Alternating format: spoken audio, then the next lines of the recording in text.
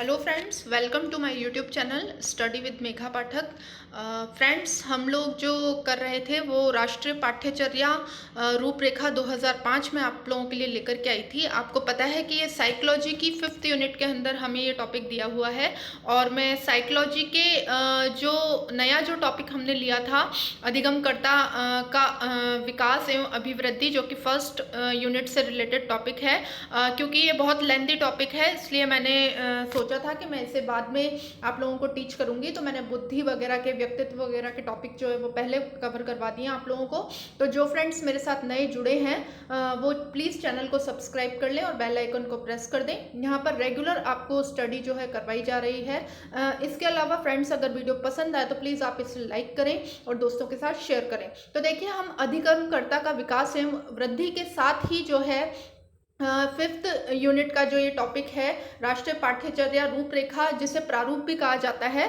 रूपरेखा की जगह कई जगह आपको प्रारूप लिखा हुआ मिलेगा, तो उसको जो है हम लोगों ने स्टार्ट कर दिया है। उसका एक पार्ट मैं ऑलरेडी अपलोड कर चुकी हूँ, तो जिन फ्रेंड्स ने नहीं देखा है वो प्लीज़ चैनल पर एक बार विजिट करें। चैनल पर उन्हें बहुत ही काम की चीज़ मिलेगी। हिंदी का भी जो है बहुत ही अच्छा स्टडी मटेरियल यहाँ पर प्रोवाइड करवाया गया है। इसके अलावा SST हम लोग कर रहे हैं और हिंदी की शिक्षण विधियों के टेस्ट लगातार आप लोगों को मैं ले रही हूँ। मापन एवं मूल्यांकन में उसमें ऑलरेडी पढ़ा चुकी हूँ। तो देखिए, स्टार्ट करते हैं।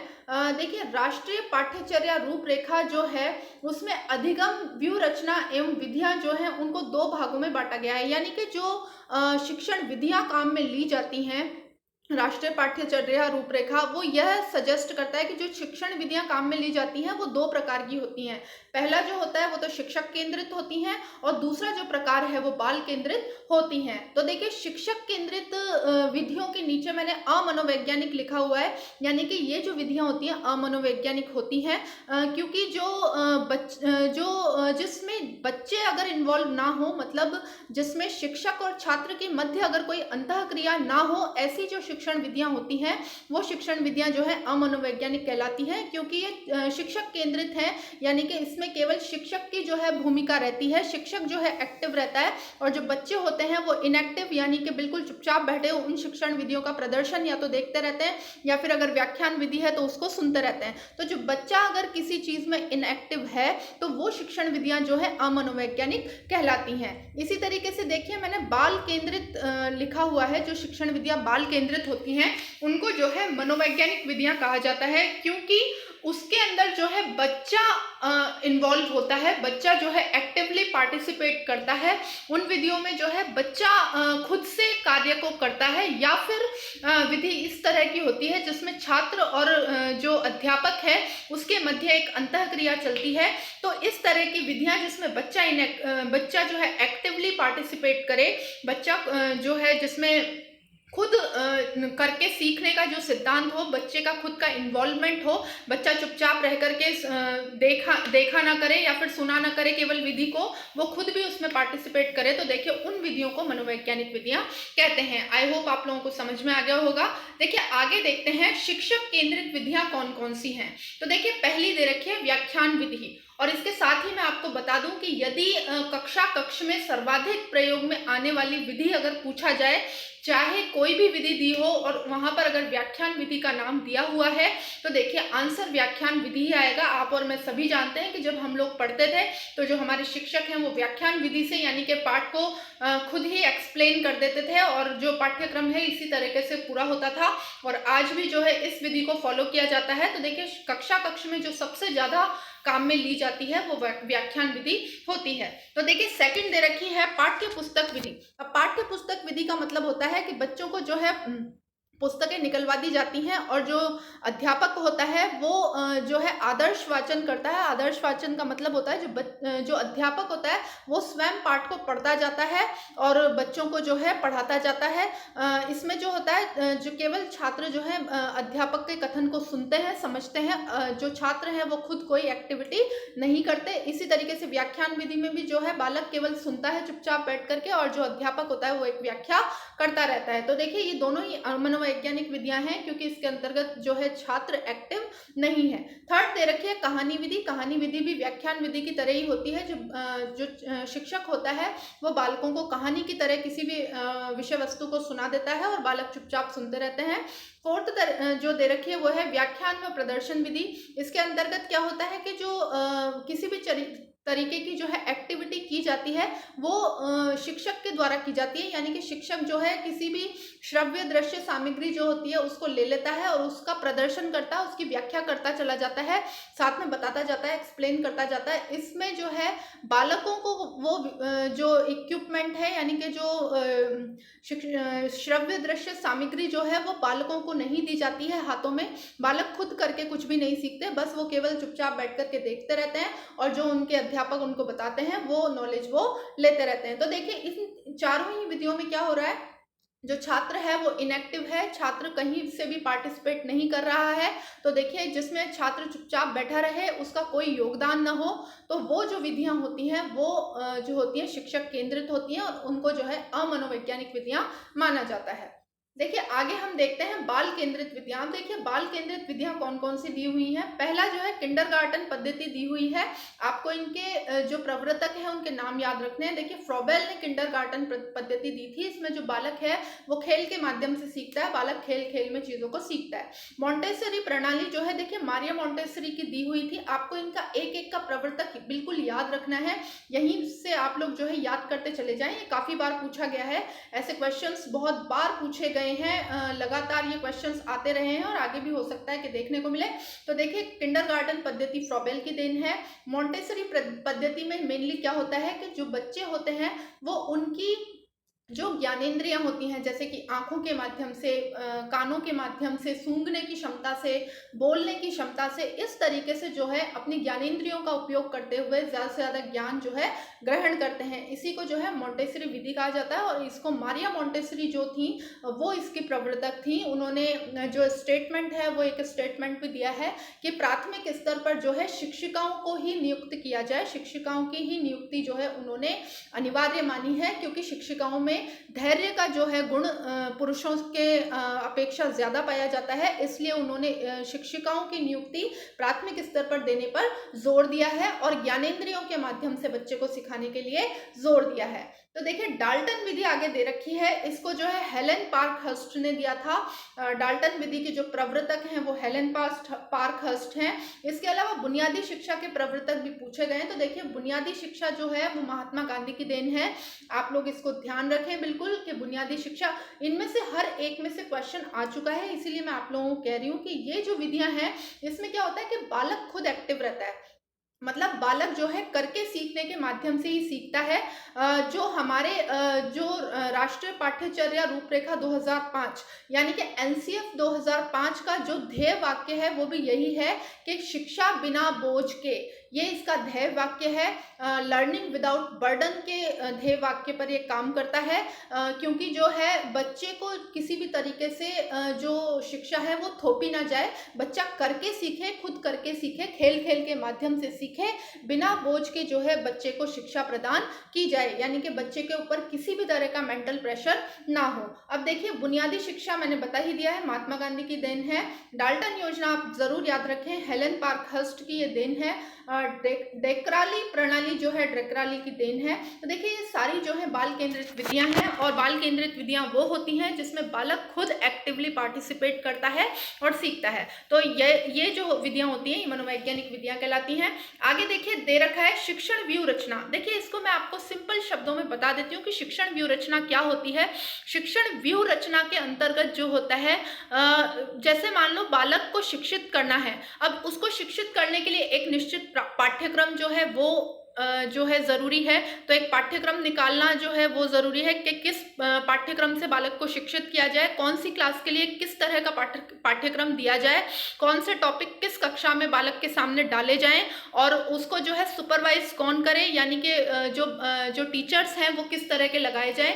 छोटी क्लासेस में जो है खेल के माध्यम से बच्चों को सिखाया जाए, तो जो है उसके लिए कौन कौन से इक्विपमेंट्स जो हैं कौन कौन सी श्रव्य दृश्य सामग्री जो है वो उपलब्ध करवाई जाए, यानी कि विद्यालय में वो उपलब्ध करवाई जाए ऊपर। और इसके अलावा जो है बच्चा जो है वो निश्चित पाठ्यक्रम जो बना दिया जाता है, वो पाठ्यक्रम बच्चा किस जगह आकर के सीखे, तो एक विद्यालय की बिल्डिंग जो है वो ली जाती है। ये सभी तरह की जो प्रक्रिया है वो सारी प्रक्रिया किस में आती है, जो है शिक्षण व्यूह रचना के अंतर्गत आती है। कहने का मतलब है शिक्षण व्यूह रचना के अंतर्गत जो होता है बच्चे को किस तरह सिखाना है वो डिसाइड किया जाता है। मतलब बच्चे को जो चीज़ सिखानी है वो किस लेवल की हो, उसके अंदर क्या क्या समाहित हो, ये जो चीज़ है वो शिक्षण व्यूह रचना के अंतर्गत आती है। इसके अलावा देखिए शिक्षण विधियां दे रखी हैं, तो वो जो व्यूह रचना है, अब हमको ये तो पता चल गया कि बच्चे को ये पाठ्यक्रम पढ़ाना है, वो जो पाठ्यक्रम है वो तो शिक्षण व्यूह रचना के अंतर्गत आ जाएगा। लेकिन हमको ये जो पाठ्यक्रम है वो किस विधि से पढ़ाना है, यानी कि क्या हमको व्याख्यान विधि यूज करनी है, क्या हमको प्रोजेक्ट मेथड यूज करना है, या फिर क्या हमको जो है ऐसी विधि यूज करनी है, मॉन्टेसरी विधि यूज करके पढ़ाना है, या किंडरगार्टन विधि यूज करनी है। मतलब कौन सी विधि हम उस व्यूह रचना के क्रियान्वयन के लिए चुने, ये जो चीज होती है वो शिक्षण विधि के अंतर्गत आती है। तो देखिए शिक्षण व्यूह रचना को क्रियान्वित करने के लिए जो विधि काम में ली जाती है, यानी कि जैसे पाठ्यक्रम को क्रियान्वित करने के लिए जो शिक्षण विधि काम में ली जाती है वही जो होती है शिक्षण विधि कहलाती है। आई होप आपको दोनों के अंदर डिफरेंस समझ में आ गया होगा। शिक्षण व्यूह रचना को समाहित, शिक्षण व्यूह रचना जो है उसमें शिक्षण विधि समाहित होती है, यानी कि बड़ा जो मकसद होता है, उद्देश्य के अंतर्गत आती है शिक्षण व्यूह रचना। हमारा उद्देश्य बच्चे को उस पर्टिकुलर पाठ्यक्रम को पढ़ाना है, और शिक्षण विधि जो होती है वो ये होती है कि किस माध्यम से बच्चे को उस पाठ्यक्रम को पढ़ाया जाए, वो विधि जो होती है शिक्षण विधि कहलाती है। देखिए आगे बढ़ते हैं। शिक्षण युक्ति दे रखी है। शिक्षण विधि में अध्यापक द्वारा अपनाई जाने वाली युक्ति को शिक्षण युक्ति कहते हैं। जैसे प्रश्नोत्तर, व्याख्यान, दृष्टांत। मतलब जैसे हम व्याख्या विधि का यूज कर रहे हैं तो उसके अंतर्गत जो है बच्चों को जो है प्रश्न पूछ ले, मतलब बच्चों को पॉइंटेड रखने के लिए, बच्चों का फोकस उसी क्लास में रखने के लिए जैसे प्रश्न पूछ लिए गए हैं, या फिर कोई आपस में वाद विवाद की प्रतियोगिता जो है करवा दी जाए, इस तरीके की जो शिक्षण युक्तियां होती हैं, मतलब बच्चे का ध्यान जो है पूरी तरीके से उसी क्लास में बांध कर रखने के लिए बीच बीच में अध्यापक शिक्षण विधियों के मध्य जो युक्तियां काम में लेता है वही जो होती है शिक्षण युक्तियां कहलाती हैं। देखिए आगे दे रखा है राष्ट्रीय पाठ्यचर्या 2005 एवं सामाजिक विज्ञान का शिक्षण। तो देखिए ये जो है बहुत ही इंपॉर्टेंट है, डायरेक्टली क्वेश्चन पूछा गया है कि कौन से स्तर पर सामाजिक विज्ञान का क्या नाम रहता है, ये पूछा गया है। आगे मैं जब एक्सप्लेन करूंगी तो आपको समझ में आ जाएगा। देखिए पॉइंट नंबर 1 दे रखा है, प्राथमिक कक्षाओं के लिए प्राकृतिक और सामाजिक पर्यावरण को भाषा और गणित के अविभाज्य अंग के रूप में पढ़ाया जाए। यानी कि कक्षा 1 और 2 में जो है सामाजिक अध्ययन को अलग से नहीं पढ़ाया जाता, बल्कि जो उनकी भाषा होती है, जैसे हिंदी, आपको पता है कि छोटे बच्चों के हिंदी, इंग्लिश और मैथ्स, ये 3 सब्जेक्ट जो हैं वो चलते हैं। लेकिन जो सामाजिक अध्ययन है वो अलग से नहीं चलता उनके लिए। उनको इन्हीं जो है इन्हीं सब्जेक्ट के अंदर, जैसे भाषा यानी कि हिंदी के अंदर, और जो गणित है उसी के अंदर जो है इन सामाजिक अध्ययन का ज्ञान जो है वो प्रदान कर दिया जाता है। तो पहली और दूसरी कक्षा में तो जो है सामाजिक अध्ययन का अपने आप का कोई नाम नहीं होता, उसको जो है हिंदी के अंदर और गणित के अंदर ही समाविष्ट करके पढ़ा दिया जाता है। सेकंड पॉइंट दे रखा है, कक्षा 3 से 5 में पर्यावरण अध्ययन को नए विषय के रूप में शामिल किया जाए। अब देखिए इस तरीके से क्वेश्चन आ चुका है कि पर्यावरण का अध्ययन का प्रारंभ किस कक्षा से होता है।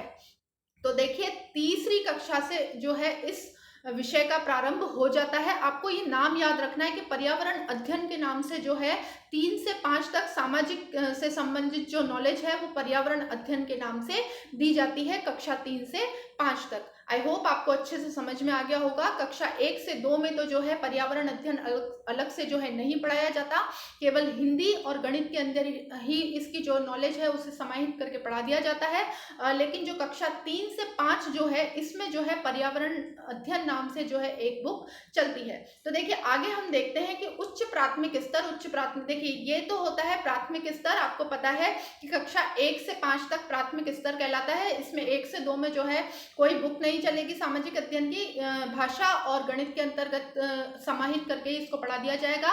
कक्षा 3 से 5 यानी कि वही आपके जो प्राथमिक स्तर है उसमें उसी के अंदर आता है 3 से 5। 3 से 5 तक जो है जो पर्यावरण अध्ययन है उस नाम से जो है एक नया सब्जेक्ट चलाया जाएगा। फिर देखिए उच्च प्राथमिक स्तर जो है वो छठी से 8वीं तक की जो क्लासेस हैं वो उच्च प्राथमिक स्तर कहलाती हैं।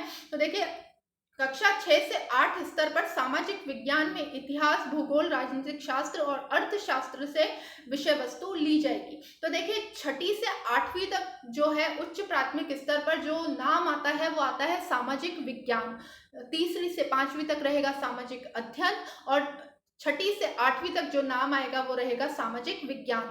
इसमें जो जो विषय वस्तु ली जाएगी यानी कि इसके अंदर जो जो पोर्शन लिया जाएगा सामाजिक विज्ञान के अंतर्गत तो वो है इतिहास से, भूगोल से, राजनीतिक शास्त्र से और अर्थशास्त्र से जो है विषय वस्तु ली जाएगी। यानी कि छठी से 8वीं तक जो है अर्थशास्त्र से संबंधित भी कुछ विषय वस्तु आ जाती है। इसके अलावा इतिहास, भूगोल और राजनीतिक शास्त्र तो देखिए रहते ही हैं इसमें।